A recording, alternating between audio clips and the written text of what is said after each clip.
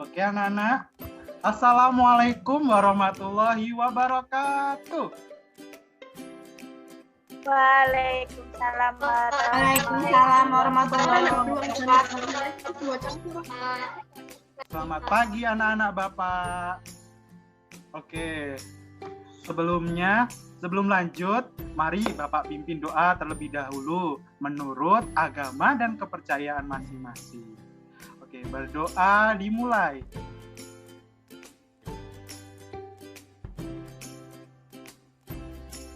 Berdoa selesai. Oke, anak-anak, sebelum lanjut, anak-anak pasti boring kan?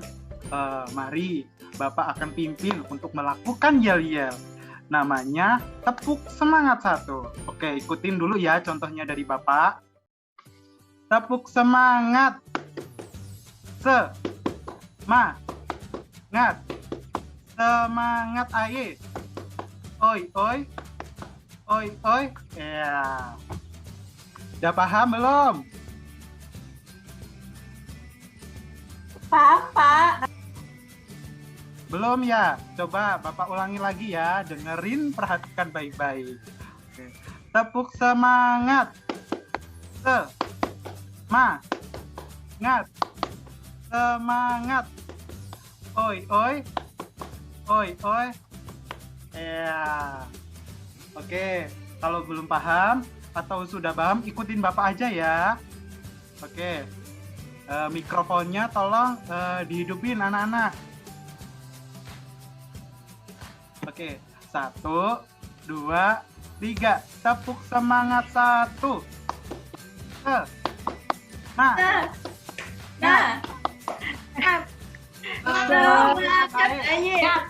Oi, oi.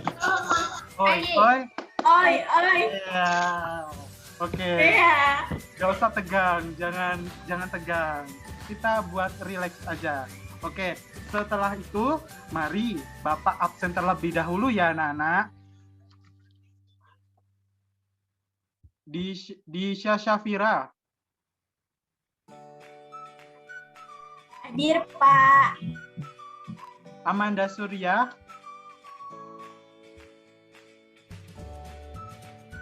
Amanda Surya. Oke, Bapak Amanda terkendala sinyal, Pak. Oke, baik. Destiana. Baik, Pak, hadir. Dewi Nurhanifah. Hadir. Oke, Dewi Nurhanifah. Oke, hadir semua ya. Oke, setelah itu untuk baik anak-anak Bapak, Bapak mau tanya dulu ya. Tahu nggak artinya fabel? Ada yang tahu? Aku, Pak. Oke, silakan Diva. Jadi fabel itu adalah bentuk narasi yang menampilkan hewan yang berperilaku dan berbicara seperti seorang manusia. Di dalam pengertian fabel juga terkadang diselipkan karakter minoritas berupa manusia maupun tumbuh-tumbuhan. Dan biasanya di akhir cerita, pelajaran moral yang dapat dimuat biasanya menggambarkan sifat-sifat jelek manusia melalui simbol-simbol binatang dengan tujuan agar pembaca menghindari sifat buruk tersebut. Pak. Oke, baik, betul sekali. Jadi fabel itu termasuk fiksi ya anak-anak. Jadi yang apapun yang dilakukan itu adalah tokoh utamanya adalah hewan. Oke, paham ya anak-anak? Paham, Pak. Oke, selanjutnya selain ada pengertian, ada pun ciri-ciri fabel. Dengerin ya anak-anak, menyimak dengan baik. Oke, ciri-ciri fabel yang pertama ada ciri fabel termasuk di dalam cerita fiksi, bukan termasuk kisah nyata. Yang kedua, tokoh-tokohnya pun digambarkan seperti pada para binatang. Yang ketiga, watak tokohnya pada binatang digambarkan seperti manusia. Jadi ada yang baik, ada yang rajin, ada yang suka membantu, tetapi ada juga loh nak yang buruk. seperti misalnya berbohong, saling mencuri, dan lain-lain sebagainya. Yang keempat, ada tokoh para binatang digambarkan bisa berbicara seperti manusia pada umumnya. Yang kelima, fabel biasanya menggunakan latar tokoh seperti alam, baik hutan, sungai, sawah, dan lain-lain.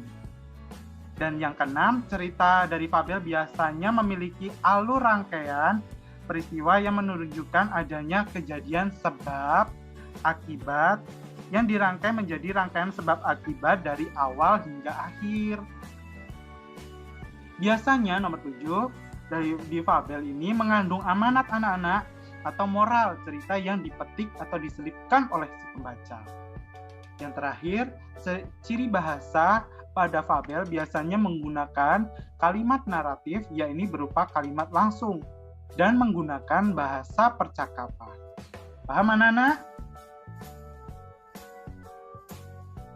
Paham, Bu. Paham, Pak. Oke. Slow saja. Oke, di situ juga ada struktur fabel anak-anak. Yang pertama ada judul. Judul itu terletak di awal kalimat. Yang kedua ada orientasi, yaitu struktur di dalam pengertian fabel yang kalimatnya ada di awal cerita dan memiliki fungsi mengenalkan waktu, tempat, dan tokoh. Ya, terus selanjutnya ada komplikasi, bukan stroke ya nak, bukan penyakit yang campur. Komplikasi ini beda. Oke. Komplikasi di sini yaitu di mana munculnya masalah konflik pada cerita fabel tersebut. Belum panas ini konfliknya. Yang selanjutnya ada klimaks. Klimaks itu apa anak-anak? Puncak terjadinya masalah. Setelah komplikasi masalahnya masih kecil, terus ada klimaks, boom, jadi besar. Itu adalah namanya klimaks. Yang kelima ada resolusi. Resolusi adalah bagian penyelesaian masalah atau pemecah konflik yang terdapat pada cerita pengertian fabel tersebut. Yang terakhir ada koda. Koda apa anak-anak? Koda adalah pesan moral yang disampaikan pengarang dan penyelesaian masalah yang diambil dari nilai moral dan pesan tersebut. Oke, sebelum untuk kelanjutannya, Bapak punya cerita ini anak-anak. Dengerin baik-baik ya, simak baik-baik. Ceritanya namanya Beruang dan Lebah. Pada suatu hari, ada seekor beruang berjalan di sepanjang hutan mencari makan. Beruang berniat mencari buah-buahan untuk bekal makanannya selama beberapa hari. Tanpa dia sengaja, beruang menemukan pohon yang tumbang. Ternyata pohon tersebut dihuni oleh sekelompok lebah yang sedang membuat sarang. Beruang penasaran dengan sarang lebah tersebut. Beruang mulai mengendus-endus sarang tersebut yang menggunakan hidungnya. Ternyata si beruang berharap para lebah tidak sedang berada di dalam sarang tersebut, sehingga biasanya mengambil madu di dalam sarang tersebut. Malangnya tetapi, si beruang mengintip ke dalam sarang tersebut. Sekelompok lebah sedang menuju ke sarang setelah mencari bunga-bunga. Rubah tak bisa menghindari serangan yang dilakukan para lebah kepadanya. Si beruang berusaha payah untuk mencoba melawan dan berlari menuju ke rumahnya. Sayangnya, para lebah malah makin ganas dan memanggil para lebah lain yang ada di hutan tersebut. Akhirnya, beruang tidak bisa menyelamatkan diri dan pasrah hingga tubuhnya disengat dan kawanan lebah itu. Pesan moral atau amanat yang kita bisa ambil, dalam cerita tidak boleh bertindak tergesa-gesa dalam melakukan sesuatu dan harus berpikir mengenai perasaan orang lain yang terganggu dengan sikap yang kita lakukan.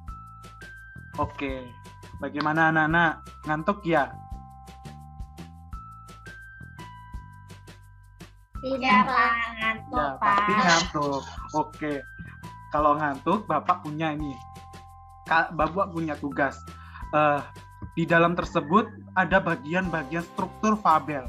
Nah, tugas anak-anak di sini tugas anak-anak mencari apa sih bagian-bagian struktur ada di fabel tersebut. Paham anak-anak? Paham, Pak. Oke. Ada yang mau jawab? Bagian orientasi. Saya, Pak. Oke, silakan Nak Dewi. Jadi, yang di bagian orientasi itu, pada suatu hari ada seekor beruang berjalan di sepanjang hutan. Sedang mencari makanan, beruang berniat mencari buah-buahan untuk bekal makanannya. Selama beberapa hari, tanpa sengaja, beruang menemukan pohon yang tumbang. Ternyata pohon tersebut dihuni sekelompok lebah yang sedang membuat sarang. Beruang penasaran dengan sarang lebah tersebut. Oke, betul sekali. Terima kasih Dewi telah menjawab orientasinya. Tadi sudah dipaparkan, ada waktu, ada tempatnya. Oke, selanjutnya Bapak akan tunjuk ya untuk menjawab komplikasinya. Destiana. Baik, Pak. Silakan. Komplikasinya itu beruang mulai mengendus-endus sarang yang dibuat lebah menggunakan hidungnya. Dengan sangat hati-hati, beruang melihat ke dalam sarang. Si beruang berharap para lebah tidak sedang berada di dalam sarangnya, sehingga ia bisa mengambil madu di dalam sarang tersebut. Lalu malamnya si beruang ternyata saat ia mengintip ke dalam sarang, sekelompok lebah sedang menuju ke sarangnya setelah mencari bunga-bunga. Rubah tidak bisa menghindari serangan yang dilakukan para lebah kepadanya. Terima kasih, Pak. Oke, betul sekali Desti. Beri aplaus. Oke, tadi jawaban Dewi juga betul sekali, sangat tepat. Oke, selanjutnya Bapak tunjuk ya. Amanda, untuk menjawab resolusinya dalam kalimat beruang dan lebah, cerita. Amanda? Baik, Pak. Oke, silakan. Dengar dengan jelas tidak, Pak? Oke, terdengar. Baiklah, resolusinya itu si beruang berusaha bersusah payah mencoba melawan dan berlari menuju ke rumahnya. Sayangnya, para lebah malah makin ganas dan memanggil para lebah lain yang ada di hutan. Akhirnya beruang tidak bisa menyelamatkan diri dan pasrah, tubuhnya disengat oleh kawanan lebah. Oke, betul sekali. Beri aplaus. Itu dia jawaban resolusi dari Amanda. Yang terakhir, saya tunjuk Diva Syafira. Ya, Pak.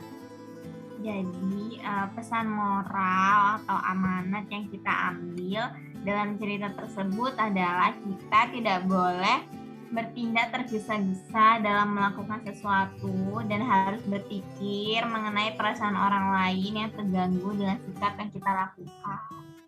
Pak. Oke, terima kasih. Beri aplaus. Sangat bagus, sangat baik dalam penyelesaian, dalam Bapak memberikan masalah, dalam memberikan cerita, anak-anak Bapak menyimak dengan baik dan bagus.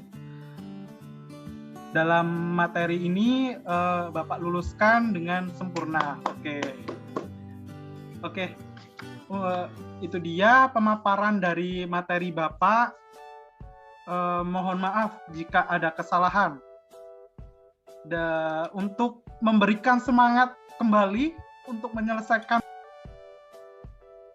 pembelajaran ini, mari kita melakukan yel-yel kembali ya anak-anak.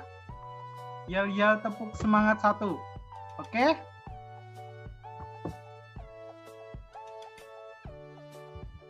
Yuk, Bapak mulai ya. 1, 2, 3. Tepuk semangat 1. Semangat.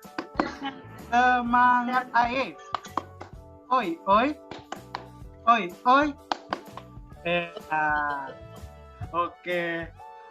Sekian dari Bapak. Mohon maaf ada kesalahan, ucapan, dan perkataan yang kurang berkenan. Bapak akhiri. Wassalamualaikum warahmatullahi wabarakatuh.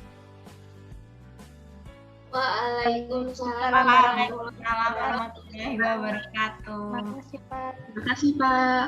Sama-sama. Terima kasih.